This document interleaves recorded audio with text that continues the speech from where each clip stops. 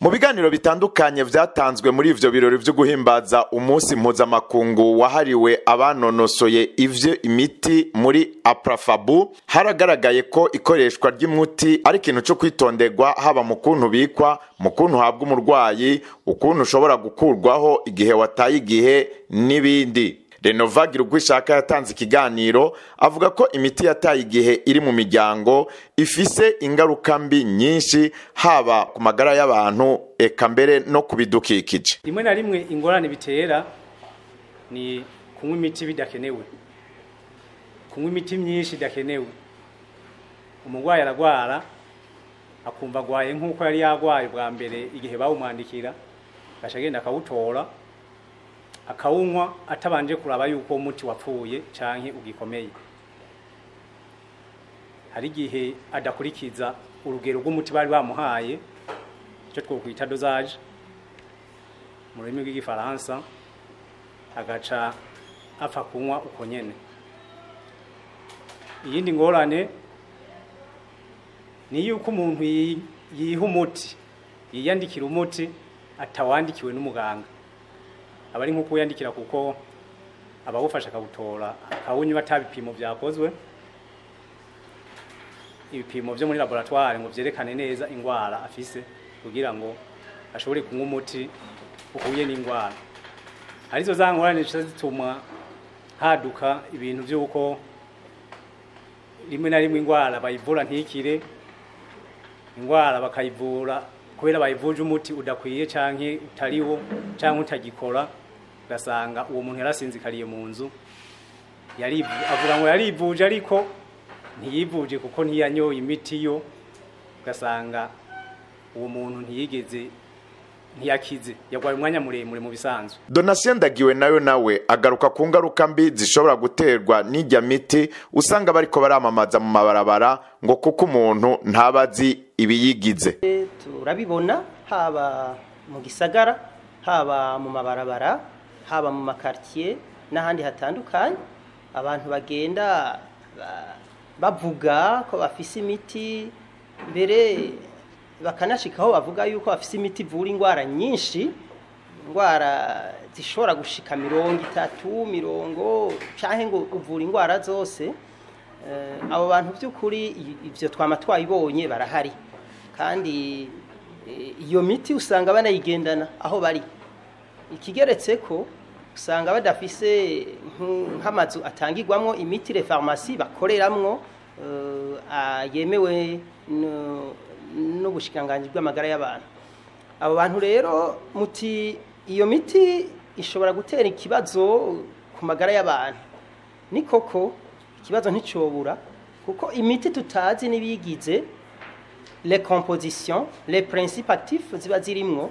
Iyo miti ntitwo kwicara ngo turera amaboko, iyo miti ishobora kuba iriko irica cyangwa igashobora kuba iriko igirira nabi amagara y'abantu. Rero muti yoba ikwije amategeko? Ntabwo yoba ikwije amategeko, kuko n'igihe yinjira mu gihugu ntituzi uko yinjiye nuko yakozwe, ntavyo tuzi, kubera ko hasanzwe hari urwego rujejwe imiti ngaha mu gihugu bita Brema, rujejwe imiti yabiyinjira yaba niyisohoka mbere. Hanyuma iyo bagize ko amakenga bakayijana bakayipima bakaraba koko iyo miti kwije ivyangombwa. Bisigura iyo miti rero tutazi nuko yinjiye mu gihugu, ntituzi kwiriho, ariko igitumenyesha kwiriho nuko tubona iri kiradandazwa mu makartier.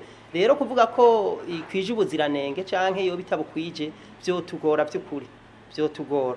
Nico gituma tuvuga duti ahubwo nka twebwe nk'abahinga b'imiti n'abandi bashobora gushikanijwe kure nka mwege abamenyesha makuru, nuko mudufasha kugira ngo ivyo bintu bimenyekane, iyo miti itazwi abantu bayigize kure by'ukuri banayitinye mbere, kuko ishobora kuba irikigirira nabi ubuzima bwabo. ku bwa Joram Ntihinduka asanzwe arongoye ishirahamwe ry'abahinga banonosoye ivy'imiti Aprafabu ngo mu cigwa bagize ku miti ishika 48 inyobwa ihabwa abana basanze hari ibice bishika 60 itari kwije ibisabwa na cyane kuvyerekeye inkuru zitangwa kukungene uwo muti wofatwa n'ikiringo womara umaze kugurugwa. Iki cigwa notishita icigwa cibanze twashatse kubanza kurondera by'ukuri ko twibajije ikibazo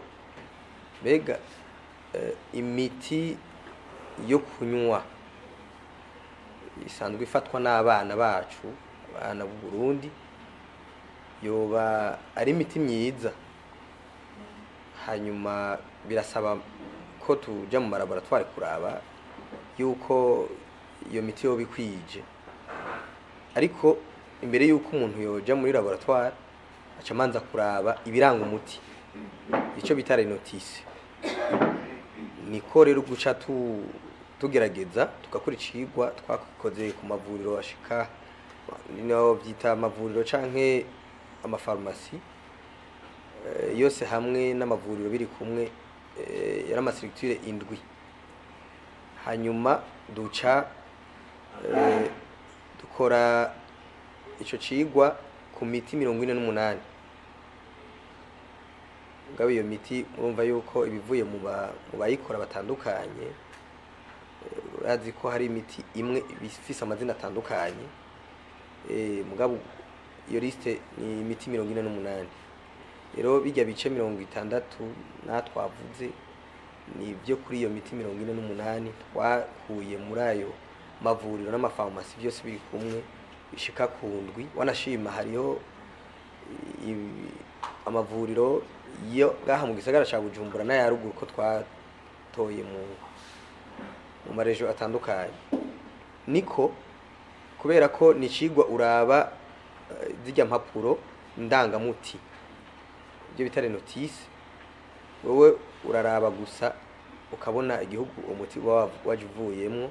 Joram Ntihinduka akavuga ko kubona ibice bishika 67 vy'iyo miti biva mu Buhindi ngo vyumvikana kuko igihugu c'Ubuhindi arico cinjiza imiti myinshi hano mu Burundi muri rusangi, ariko akizera ko ikigo Abrema kijejwe kugenzura ubuziranenge bw'imiti kiriko kirakora ibishoboka kugira utwo tunenge dusuzumwe kandi dukurweho. Ubuhindi busanzwe kumbura arico gihugu gisanzwe gizana n'imiti myinshi ngaha mu Burundi, naho tutari kuraba ku miti inyobwa. Ubuhindi nibaza ko tugize ikindi cigwa twosanga imiti myinshi iva mu Buhindi, ari naco gituma bigaragara birumvikana ko by'ukuri iyo miti itegerezwa kuba Ubuhindi buserukiwe cyane, ariko kandi ni naco gihugu kandi kigaragaza ko mu miti itatanze ingene yoshobora gukoreshwa mu gihe imaze kugururwa.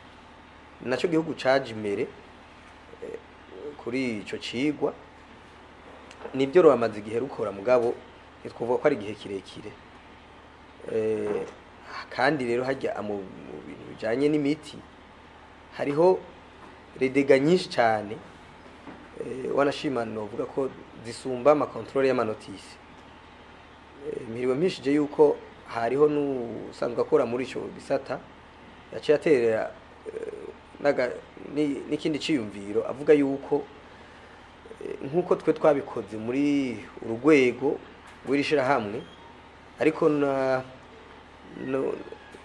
n'ubwo rwego rujejwe kucungera iby'imiti rusa nuko rwamaze gutangura icigwa ku gushiraho ibyotegerezwa kuba biri kuri notice, ibyotegerezwa kuba ku papuro ndangamiti, kugira ngo abantu ntibaze barayinjiza imiti kumbure idakwije ibyankenerwa byose. Kubwa Aaron Hatungimana yashikirije ikiganiro kijanye n'ivyibikwa ry'imiti ngo hariho imiti ishobora kuba yari kwije ibisabwa ariko ikononekarira mu bubiko bivanye n'ikirere canke aho ishinguwe. Imiti ifise ubuziranenge birashika umuti ukaba washitse, kuko umuti ushobora kugira ubuziranenge bivanye n'ibintu byinshi.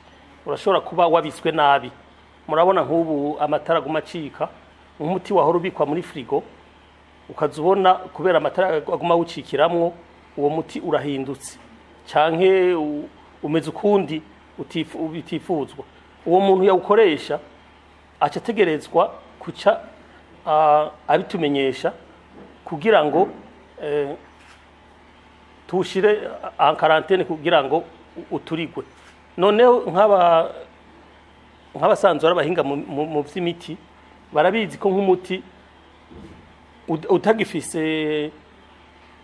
utagisa nk'uko ari umuti ukwije ibisabwa, uwo muti utegerezwa gushigwa mu miti batategerezwa guha umurwayi, kuko umuti wahindutse dufatire kuri guhinduka gusa, uhaye umurwayi aho kumufasha ushobora no kumwica.